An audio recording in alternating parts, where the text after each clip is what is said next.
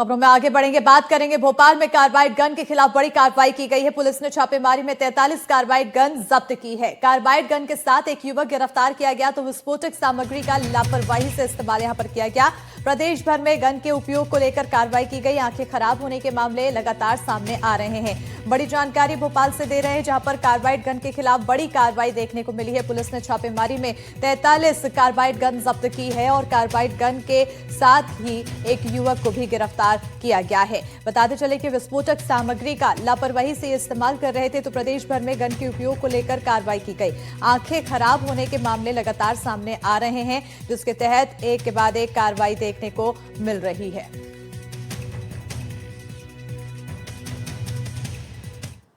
तो भोपाल में carbide pipe gun बेचने पर कार्रवाई की गई है। कार्बाइड पाइप गन बेचने वाले पर एफआईआर दर्ज की गई। आरोपी मोहम्मद ताहा पर केस दर्ज किया गया तो विस्फोटक अधिनियम के तहत एफआईआर दर्ज की गई है।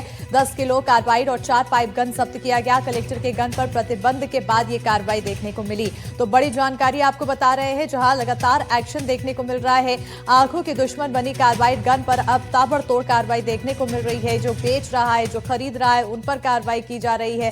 कार्बाइड पाइप गन बेचने वाले पर एफआईआर दर्ज की गई है। आरोपी मोहम्मद ताहा पर केस दर्ज किया गया। विस्फोटक अधिनियम के तहत एफआईआर तो 10 किलो कार्बाइड और 4 पाइप गन जब्त किया गया है। इसके अलावा कलेक्टर के गन पर प्रतिबंध के बाद ये कार्रवाई लगातार देखने को मिल रही है। कलेक्टर ने अस्पताल पहुंचकर पीड़ितों से भी मुलाकात की, पीड़ितों के परिजनों से भी मुलाकात की और उनके लिए मदद का भी ऐलान किया और साथ ही साथ लगातार निर्देश दिए जा रहे हैं। यह आदेश दिया कि पूरी तरह से कार्बाइड गन पर प्रतिबंध हो।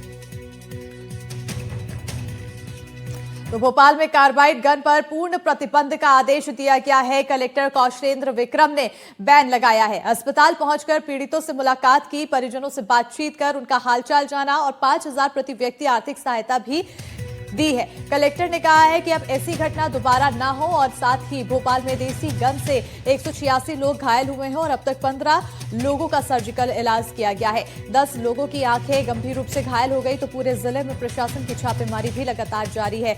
बड़ी जानकारी आपको दे रहे हैं, कार्बाइड गन पर पूरी तरह से प्रतिबंध लगाया गया। कलेक्टर कौशलेंद्र विक्रम ने यह बैन लगाया है। अस्पताल पहुंचे, पीड़ितों से मुलाकात की, उनसे हालचाल जाना, साथ ही परिजनों से बातचीत करके समस्याएं सुनी तो वहीं 5,000 प्रति व्यक्ति आर्थिक सहायता भी दी गई है। कलेक्टर ने कहा है अब ऐसी घटना दोबारा ना हो, ये निर्देश दिए गए हैं और साथ ही पूरी तरह से प्रतिबंध भी कार्बाइड गन पर लगाया गया है। तो उधर भोपाल में देसी गन से 186 लोगों के घायल होने की खबर है और अब तक 15 लोगों का सर्जिकल इलाज किया गया है। 10 लोगों की आंखें गंभीर रूप से घायल हो चुकी है। पूरे जिले में प्रशासन की छापेमारी भी जारी है। और उधर ग्वालियर में भी देखने को मिला एनडीटीवी की खबर का बड़ा असर, जहां जिला प्रशासन ने कार्बाइड गन पर लगाई है रोक। कार्बाइड गन बनाने, खरीदने और बेचने पर रोक लगाई गई है। कलेक्टर ने धारा 167 के तहत आदेश जारी किया है। कार्बाइड गन की सूचना देने के लिए नंबर जारी किया गया। कार्बाइड गन से 10 से ज्यादा लोग जख्मी हुए हैं और ऐसे में एनडीटीवी की खबर का बड़ा असर देखने को मिला, जहां पर ग्वालियर में जिला प्रशासन ने कार्बाइड गन पर रोक लगा दी और कार्बाइड गन बनाने, खरीद, बिक्री पर भी रोक लगाई गई है। कलेक्टर ने धारा 163 के तहत आदेश जारी किया है। कार्बाइड गन के सूचना देने के लिए नंबर भी जारी किया गया। कार्बाइड गन से 10 से ज्यादा लोग जख्मी हो चुके हैं। एक विषय संज्ञान में आया था कि सोशल मीडिया पर कुछ ऐसे वीडियोस हैं जो कि ये कार्बाइड गन बनाने की प्रक्रिया को बता रहे हैं और उसी के फलस्वरूप मध्य प्रदेश के किसी अन्य जिले में भी और ग्वालियर जिले में भी ऐसे लोगों की सूचना अस्पताल से हमको प्राप्त हुई कि जिनको आंख में सीरियस इंजरी हुई है इस प्रकार के फटाके को यूज करने की वजह से, इस प्रकार की इस गन को यूज करने की वजह से। तो इसको संज्ञान में लेकर के तत्काल प्रभाव से हमने 163 BNS के तहत एक आदेश जारी किया है, जिसमें कि इसका निर्माण, इसको असेंबल करना, बेचना या फिर यूज करना, इसको कंप्लीटली प्रतिबंधित किया गया है। तो मध्य प्रदेश में कार्बाइड गन बना जानलेवा ट्रेंड। बता दें कि ग्वालियर में गन को लेकर प्रशासन का एक्शन देखने को मिला है और ऐसे में कलेक्टर ने जांच पड़ताल जारी की है। बताते चले कि जांच पड़ताल का आदेश जारी कर दिया गया है। तो उधर देर रात पुलिस की टीम ने छापेमारी की, अलग अलग बाजार में छापेमारी की गई। छापेमारी में गन बनाने वाले सामान भी जब्त किए गए हैं। तो ताबड़तोड़ कार्रवाई देखने को मिल रही है। प्रदेश के अलग अलग जगहों पर कार्रवाई देखने को मिल रही है। ग्वालियर और भोपाल दोनों ही जगहों पर बात की जाए तो कार्रवाई ताबड़तोड़ देखने को मिल रही है। प्रतिबंध लगाया गया है, बेचने, बनाने, खरीद पर रोक लगाया गया है पूरी तरह से, और साथ ही साथ आरोपियों पर अब एफआईआर भी दर्ज की जा रही है। कलेक्टर ने जांच पड़ताल का आदेश जारी किया। देर रात पुलिस की टीम ने छापेमारी की है, अलग अलग बाजार में छापेमारी की गई है। छापेमारी में गन बनाने वाले सामान भी जब्त किए गए हैं। तो बड़ी जानकारी, मध्य प्रदेश में कार्बाइड गन बना जानलेवा ट्रेंड, ग्वालियर में गन को लेकर प्रशासन का एक्शन। तो वहीं कलेक्टर ने जांच पड़ताल का आदेश जारी किया है। देर रात पुलिस की टीम ने छापेमारी की, अलग अलग बाजार में छापेमारी की गई है और छापेमारी में गन बनाने वाले सामान भी जब्त किए गए हैं। और ज्यादा जानकारी के साथ हमारे सहयोगी देव शिमाली जी जुड़ चुके हैं। सीधा रुख करेंगे सहयोगी की ओर। देव शिमाली जी, एक के बाद एक कार्रवाई देखने को मिल रही है, चाहे भोपाल हो चाहे ग्वालियर हो। ग्वालियर की कार्रवाई की बात करें तो कहां तक पहुंची? बिल्कुल, देखिए, सबसे पहले ग्वालियर में ही इस पर प्रतिबंध लगाया गया। एनडीटीवी ने ये खबर कल प्रमुखता से दिखाई थी और उसके 1-2 घंटे बाद ही कलेक्टर ने एक आदेश जारी करके ये जो गन है इसको इसके बनाने पर, इसके उपयोग करने पर, कार्बाइड गन के का मटेरियल रखने पर, इस पर सब पर प्रतिबंध लगाया था। और इस आदेश जारी होने के कुछ घंटे बाद ही प्रशासन हरकत में भी आ गया और देर रात तक ये इसके लिए तमाम जगह जगह, चाहे डबरा हो, चाहे भितरवार हो, चाहे ग्वालियर की जगह है जहां जहां इनका इस्तेमाल हो सकता है, पोटास बेचने वाली है या लोहे की दुकानें हैं, इन सभी जगह पर छापामारी की गई। देर रात 2 जगह से इसके पाइप यानी इसका जो रॉ मटेरियल है वो भी बरामद हुआ। उसको लेके आज केस दर्ज कराया जाएगा।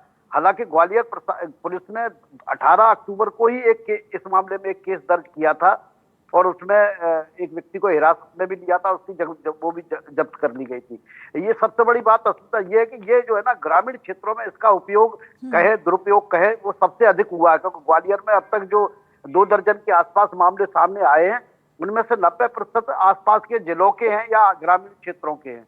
इन सबका यहाँ इलाज चल रहा है। इसमें से 2 लोगों की हालत खराब हुई थी, उनमें से एक को भोपाल भेजा गया है, दिल्ली गया है।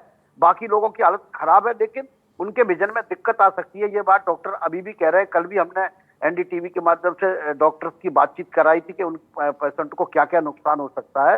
तो ये जो है अभी भी चिंता का विषय है, भले ही उनका उपचार चल रहा है। क्योंकि कई ऐसे पेशेंट हमें देखने को मिले जिनकी कॉर्निया बिल्कुल काले से एकदम व्हाइट कलर में बदल गई थी और ये अक्सर फटने के कारण होता है। क्योंकि लापरवाही से जो सोशल मीडिया के जरिए लोगों ने देखा और बनाने का प्रयास किया, उसका ये नतीजा है कि इस तरह की जो घटनाएं हुई।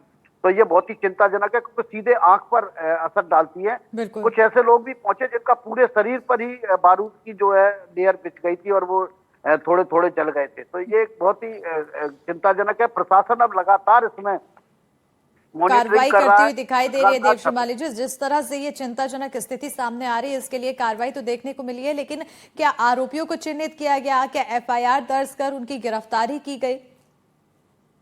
देखिए, मैंने जैसे बताया कि एक एफआईआर पहले ही दर्ज हो चुकी थी और चूंकि ग्वालियर में सबसे पहले प्रतिबंध लगा तो जैसे ही प्रतिबंध की सूचना मिली और वैसे भी दीपावली चूंकि निकल चुकी थी और इसलिए आतिशबाजी की दुकानें भी हट गई थी, उसके बाद 1 घंटे बाद ही प्रशासन ने छापामार कार्रवाई शुरू की। तो अभी तक इसको तैयार मटेरियल तो कहीं नहीं मिला है, क्योंकि इसका तैयार मटेरियल होता भी नहीं है। लोग इकट्ठा करके थोड़ा थोड़ा ले जाते हैं और अपने घरों में इसको निर्माण करते हैं और फिर उसको चलाते हैं। तो ये लेकिन एक एफआईआर हो चुकी है और जिन लोगों के यहाँ कल इसका मटेरियल पकड़ा गया था उनका मटेरियल जब्त कर लिया गया और आज उसमें एफआईआर होने की संभावना है, क्योंकि उसकी जांच के बाद जो है एसडीएम या जांच के जो दल है वो अपनी रिपोर्ट जो है पुलिस अधीक्षक को भेजेगा कलेक्टर के माध्यम से और फिर उसमें एफआईआर। बिल्कुल, अब जांच की रिपोर्ट भेजी जाएगी और आगे की एफआईआर, फिर उसके हिसाब से कार्रवाई भी होगी। अभी तक देखें छापेमारी तो कहां कहां छापेमारी की गई है? जैसे कि आप बता रहे हैं कि ग्रामीण क्षेत्रों में ज्यादा इसका उपयोग है, तो ऐसे में वहां पर और भी ज्यादा गंभीरता से इस पूरे मामले को लेना चाहिए और कार्रवाई आखिर कहां कहां पहुंची? बिल्कुल, देखिए, ग्वालियर शहर में जिन जिन इलाकों में इसकी उपयोग हो सकता था वहां का लोहिया बाजार में छापा मारा गया और भी जो जगह हैं वहां गिरवाई नाके पे छापे मारे गए। जांच पड़ताल की गई तो वहां कोई ज्यादा आपत्तिजनक चीजें नहीं मिली। केवल एक लोहिया बाजार की एक दुकान पर दो इसमें उपयोग करने वाली रॉड मिली। लेकिन इसके अलावा भितरवार जो यहाँ ग्वालियर जिले का सबसे बड़ा कस्बा है, या डबरा जो सबसे बड़ा कस्बा है, यहाँ पिछोर है, इनके से जुड़े हुए आसपास के इलाकों में आतरी है, पिलौआ है, यहाँ भी जांच दल रात को भी गए थे और आज सुबह से भी कार्रवाई इनके जांच पड़ताल की चल रही है। जहां जहां संदिग्ध हो सकते हैं कि ये चीजें पाई जा सकती है तो वहां जांच दल भेजे गए। बिल्कुल देव श्रीमाली जी, क्योंकि काफी ज्यादा गंभीर विषय है, लोगों की आंखों पर सीधा असर पड़ रहा है, लोगों के शरीर पर सीधा असर पड़ रहा है, ऐसे में सख्ती भी बरतनी बहुत ज्यादा जरूरी है। निर्देश क्या दिए गए हैं? अगर खरीदते, बेचते, बनाते पाए गए तो क्या कार्रवाई होगी सीधे तौर पर? क्या जुर्माना किसी तरह का, या सिर्फ खाना पूर्ति? नहीं, खाना पूर्ति नहीं। देखिए, धारा 163 जो बीएनएस है उसमें निषेधाज्ञा लागू होती है और उसमें जिन चीजों पर उपयोग पर रोक लगाई जाती है तो उसमें कलेक्टर को सीधे जेल भेजने के भी पावर होते हैं। अगर वो पाया जाता है तो उसमें सीधे जेल भी भेजा जा सकता है। इसके अलावा पुलिस एफआईआर की जाएगी धारा बीएनएस को जो 163 है उसको तोड़ने की, तो उसके तहत जो कार्रवाई है उसको जेल भी भेजा जा सकता है, बाद में उसमें सजा भी हो सकती है, सजा का भी प्रोविजन है। तो अलग अलग उसमें अलग अलग प्रोविजन है, उन प्रोविजन के तहत कार्रवाई की जाएगी। यानी दो बातें हैं, इस पर टोटल प्रतिबंध लगा दिया गया है। इसके खरीदने पर प्रतिबंध है, इसके बनाने पर प्रतिबंध है, इसके में उपयोग होने वाली सामग्री के खरीदने बेचने पर प्रतिबंध है। तो सब तरह से इसमें प्रतिबंध लगा दिया गया है। ये दोनों पक्ष जो है बाउंड ओवर है, पूरी तरह से प्रतिबंध है, पूरी तरह से सख्ती यहाँ पर बरती जा रही है, साथ ही साथ एक्शन और ताबड़तोड़ छापेमारी कार्रवाई भी देखने को मिल रही है। आगे क्या कुछ और भी खुलासा होता है उस पर नजर बनी रहेगी। बहुत शुक्रिया बहरहाल देव श्रीमाली जी तमाम जानकारी देने के लिए। खबरों में आगे बढ़ेंगे। रायगढ़ से इसी बीच बड़ी खबर है, जहां तराई माल के एनआरवीएस प्लांट में ब्लास्ट